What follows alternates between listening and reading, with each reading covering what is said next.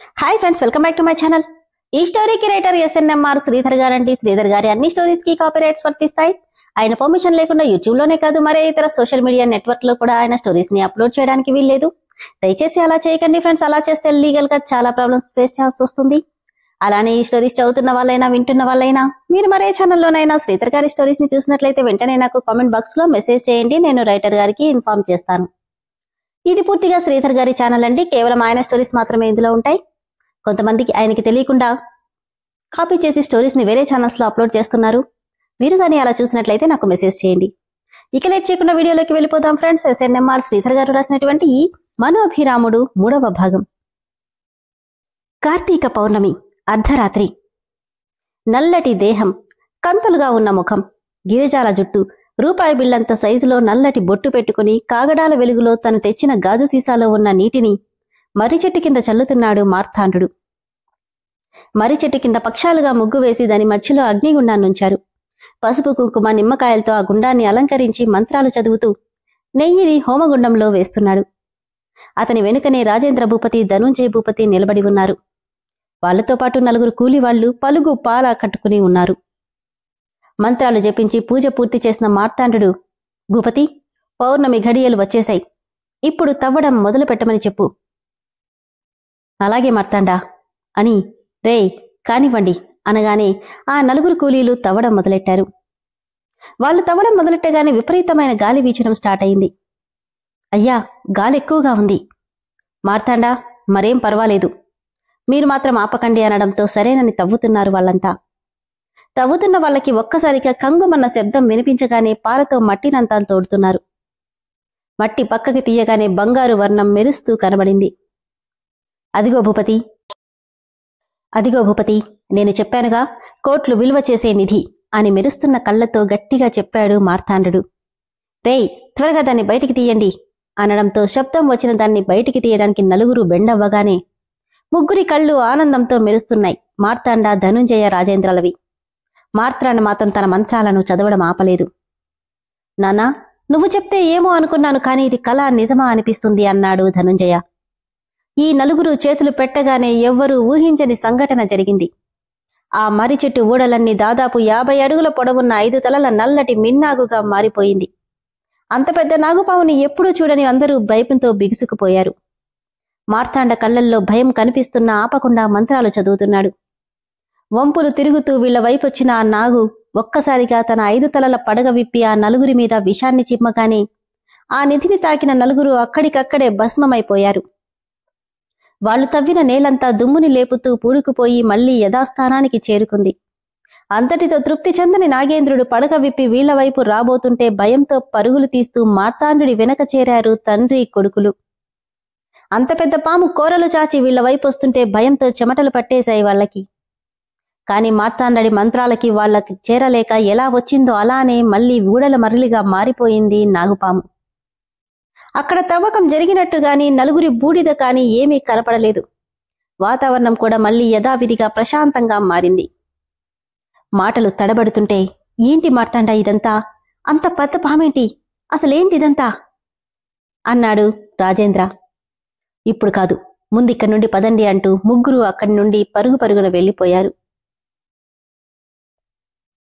Thank you so much యార్ అంటూ అరుణ్ని హక్ చేసుకుంది యశస్విని.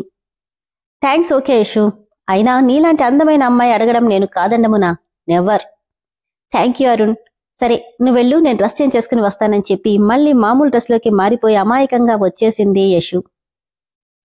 ఆ రోజు రాత్రి మను నోట్స్ ప్రిపేర్ చేసుకుంటుంటే యశు ఫుల్గా దుప్పటి కప్పుకొని మొబైల్కి బ్లూటూత్ కనెక్ట్ చేసి మ్యూజిక్ ఎంజాయ్ చేస్తూ ఫేస్బుక్లో ఫ్రెండ్తో చాటింగ్ చేస్తుంది. యశు వైపు ఒకసారి చూసి, ఎగ్జామ్స్ దగ్గరికి వస్తున్నాయి, అప్పుడే పడుకున్నావేంటి? యశు అంటున్నా సౌండ్ లేదు. పరీక్షగా చూసేసరికి బెడ్షీట్లో నుండి ఏదో లైటింగ్ వేస్తుండడం చూసి దగ్గరికెళ్ళి యశు అని పిలిచింది. బ్లూటూత్ పెట్టుకోవడం వల్ల ఏమీ వినపడలేదు యశుకి. ఏమైందోనని ఒక్కసారిగా బెడ్షీట్ పక్కకి లాగేసరికి ఉలిక్కిపడి ఫోన్ వెనక్కి పట్టుకుని లేచి కూర్చొని ఒక ఫేక్ స్మైల్ ఇచ్చింది యశు. ఏం చేస్తున్నావే నువ్వు? పడుకున్నానక్కా. అవునా, మరిదేంటి అంటూ చెవిలో ఉన్న బ్లూటూత్ బయటికి తీసేసరికి అరే ఏంటక్క ఇది, దీన్నేమంటారు? ఇది నా చెవిలోకి ఎలా వచ్చింది? అవ్వబ్బా అని ఆలోచిస్తున్నట్టు ఫోజ్ పెట్టింది. కోపంగా నీ చేతిలో ఏంటది అని అడిగింది మను. ఇది కూడా చూసేశావా? దాన్ని బయటకు తీ. సారీ అక్క అని చేతిలో ఉన్న ఫోన్ చూపించగానే దాన్ని చూసి, ఇంత కాస్ట్లీ ఐఫోన్ నీకెక్కడిది యశు? అది నేనే కొన్నాను. నా దగ్గర అబద్ధాలు చెప్పకు యశు. అంటే మన హిట్లర్ ఎటు కొనివ్వడు కదా అని నా బాయ్ ఫ్రెండ్ కొనిచ్చాడు. షాక్గా, బాయ్ ఫ్రెండా? బాయ్ ఫ్రెండ్ అంటే ఇంకోలా అనుకోకక్క, జస్ట్ ఫ్రెండ్ మాత్రమే. అయితే మాత్రం ఫోన్లు కొనిపించేంత క్లోజా? అబ్బా అదేం లేదక్కా. ఇది వెంటనే నాన్నగారికి చెప్తాను. అమ్మో అంత పని చేయకు, ఇక నన్ను ఉతికి ఆరేస్తాడు. అంత భయమున్న దానివి ఎందుకు తీసుకున్నావే అని కోపంగా అడిగింది మను. సైలెంట్గా తలొంచుకుంది యశు. చూడు యశు, నాన్న మన మీద ఎంతో నమ్మకం పెట్టుకున్నాడు. దాన్నిలా అవకాశంగా తీసుకోకు. పెద్ద నమ్మకం, అందుకేనా ఇంత కట్టుదిడ్డంగా ఉంచాడు? యశు, ఎందుకలా అనుకుంటావు? అనుమానం ఉండేవాడైతే మనకి కాలేజీలో కూడా కాపలాగా మనిషిని పెట్టేవాడు అంటూనే ఆ ఫోన్ స్విచ్ ఆఫ్ చేస్తుంటే, ఏ అక్క ఏం చేస్తున్నావు? ఇప్పుడు నీకు ఈ ఫోన్ కావాలా, ఈ అక్క కావాలా అని అడిగింది మను. అక్క నేనే కావాలి కదా, ఇక ఈ ఫోన్ని మర్చిపో. నీకెంతగా కావాలి అంటే నాన్నతో నా ఫ్రెండ్తో కొనిచ్చానని చెప్పి తీసుకో అంటూనే దాన్ని లాకర్లో పడేసి యశు పక్కనొచ్చి పడుకుంది. కోపంగా చూస్తున్న యశుని చూసింది చాలుగాని పడుకోవే. నీకంతా ఆ హిట్లర్ పోలికే వచ్చిందక్కా. నేను చేసుకునే మా బావ ఎక్కడున్నాడో కాని నీకున్న తిక్కకి ముందు పిచ్చోడవుతాడు. ఇదే టైంకి బెడ్ మీద పడుకుని తన చేతిలో ఉన్న ఫోన్లో మను ఫోటోని గుండెలు కానించుకుని, ఇంకా ఎన్ని రోజులిలా నీ ఫోటోని చూస్తూ గడపాలి బంగారం అనుకుంటున్నాడు రామ్. మీ నాన్నతో మాట్లాడతానంటే వద్దంటావు. మీ నాన్నెప్పుడు ఒప్పుకోవాలి, మన పెళ్ళెప్పుడు జరగాలి, నాకీ విరహం ఎప్పుడు తీరాలి? పక్కనే ఉన్న దిండుని గట్టిగా హత్తుకొని, అంతవరకు ఈ దిండుతో కాపురం చేయడం తప్ప ఇంకేం చెయ్యాలనుకుంటూ దాన్ని మనులా ఊహించుకొని గట్టిగా హత్తుకొని మరీ పడుకున్నాడు రామ్. అక్కా అక్కా, ఏంటి? నువ్వెవర్నైనా ప్రేమించావా? కళ్ళు మూసుకుంది కాస్త సడన్ గా కళ్ళు తెరిచి, నీకెందుకొచ్చిందా అనుమానం? అది కాదు, నీలాంటి ముద్దపప్పును ప్రేమించేవాళ్లు ఉన్నారేమో, లేదంటే నువ్వు కూడా ఎవరినైనా ప్రేమించగలవా అని డౌట్ వచ్చిందిలే. ఓ ప్రేమించాను అని మను అనగానే టక్కున లేచి కూర్చొని, నిజమా? ఎవరు? ఇంకెవరు, అమ్మా నాన్న అనగానే కోపంగా, గురువు దైవం కాదా? ఓ వాళ్ళు కూడా యశు. నువ్వున్నావే, ఛీ నీకు రొమాంటిక్ సెన్సే తెలీదు అనుకుంటూ అటువైపు తిరిగి పడుకోగానే, రొమాంటిక్ సెన్సే లేదు అనగానే రామ్ మాటలు గుర్తొచ్చాయి మనుకి. నీకస్సలు రొమాంటిక్ సెన్స్ లేదు మను. ఎందుకో? ఎందుకేంటి అంటూ దగ్గరగా వచ్చి, లవర్స్ ఎలా ఉంటారో తెలుసా? నడుం చుట్టూ చేతులేస్తూ ఇలా పట్టుకొని, తను పట్టుకోకముందే గట్టిగా కొట్టి ఇలా కొడతారు కూడా అంది మను. ఇందుకే నీకు రొమాంటిక్ సెన్స్ లేదనేది. హలో రామ్ గారు, ఈ ట్రెడిషనల్ లుక్ నచ్చే తమరు నా వెంట పడ్డారు, ఫస్ట్ తెలుసుకోండి ముందు. అది కాదు బంగారం, ఒక్కసారి అంటూ దగ్గరికి వస్తుంటే, ముందు దూరం వెళ్ళు, లేదంటే నేను వెళ్ళిపోతా. అబ్బా అన్నీ మూసుకుని కూర్చుంటా, ఎలా కన్నాడే నీ బాబు నిన్ను అనుకున్నాడు రామ్. రామ్ మాటలు గుర్తురాగానే పెదవుల మీద నవ్వొచ్చేసింది మనుకి. వెల్లకిలా పడుకుని చేత్తో జడని మెలితిప్పుతూ మనసులో, నేనెప్పటికీ నీదాన్నే రామ్, మా నాన్నని ఎలాగైనా మన పెళ్లి కొప్పిస్తాను, ఒకవేళ ఒప్పుకోకపోతే అంటూ అంతరాత్మ నిలదీసింది మనుని. ఒప్పిస్తానంటున్నానుగా, ఒప్పుకోకపోతే అని ఆలోచిస్తుంటే, ఒప్పుకోకపోతే మీ నాన్న తెచ్చిన వాణ్ణి పెళ్లి చేసుకుంటావు అంతేగా అంది అంతరాత్మ. చిచి అలా అనకు, ఆ ఊహే దరిద్రంగా ఉంది. నా వరకు ఈ మను ఎప్పటికీ రామ్కి మాత్రమే.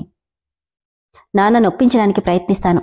ఒకవేళ నువ్వన్నట్టు ఒప్పుకోకపోతే అందర్నీ వదులుకొని నా రామ్ కోసం వెళ్ళిపోతాను అనుకుంది మను. నీకెంత ధైర్యం ఉందా?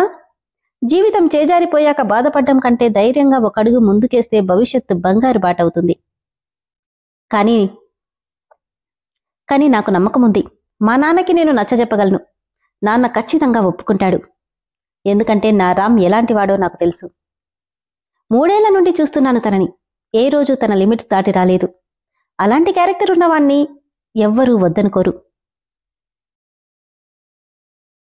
అనుకుంటుంటే మరోవైపు యశు కళ్ళు మూసుకొని నిద్రపోకుండా, దేవుడా, నాకు బాగా డబ్బుండి నన్ను అపురూపంగా చూసుకుంటూ నా వెనక కుక్కలా తిరిగేవాడు రావాలి.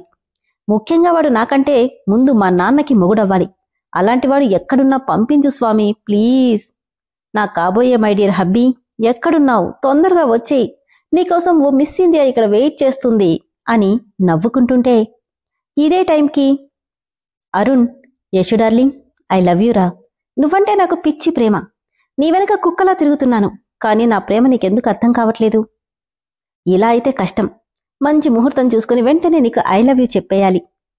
కానీ ఎక్కడో డౌట్ ఉంది బంగారం. నువ్వున్న సూపర్ ఫాస్ట్కి ఎక్కడ ఈడ్చి కొడతావేమోనని అని అనుకుంటున్నాడు అరుణ్. ఇటువైపు తిరిగిన మనుకి యశు నవ్వుకోవడం చూసి, ఏయ్, ఇంకా నిద్రపోలేదా అని అడిగింది మను. కళ్ళు మూసుకునే, లేదక్క, ఊహాలోకంలో విహరిస్తున్నా. ఊహాలోకంలోనా? అవునక్క, నా కాబోయే హీరో రెక్కల గుర్రం మీద నా కోసం వస్తున్నాడు. నా చెయ్యందుకుని నన్ను తీసుకెళ్లిపోతున్నాడు. అప్పుడేమైందో తెలుసా?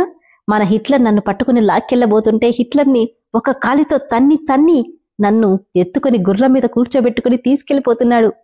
అబ్బా, ఎంత బాగుందో అని యశు మైమరపుగా చెప్తుంటే తల మీద గట్టిగా కొట్టింది మను. అబ్బా, ఏంటక్క అలా కొట్టావు? కొట్టడం కాదే, తన్నాలి. నోరు మూసుకుని పడుకో. సరేలే అంటూ కళ్ళు మూసుకుంది యశు. విన్నారు కదా ఫ్రెండ్స్, సడన్ గా ఉన్నట్టుండి స్టోరీలో 5 తలల నాగుపాము ప్రత్యక్షమైంది. ఆ గుప్త నిధికి ఆ పాముకి సంబంధమేంటి? అసలు వీళ్ళకి, మను యశులకి సంబంధమేంటో తదుపరి ఎపిసోడ్స్లో తెలుసుకుందాం. ఈ కూతుర్లిద్దరూ ఒకరు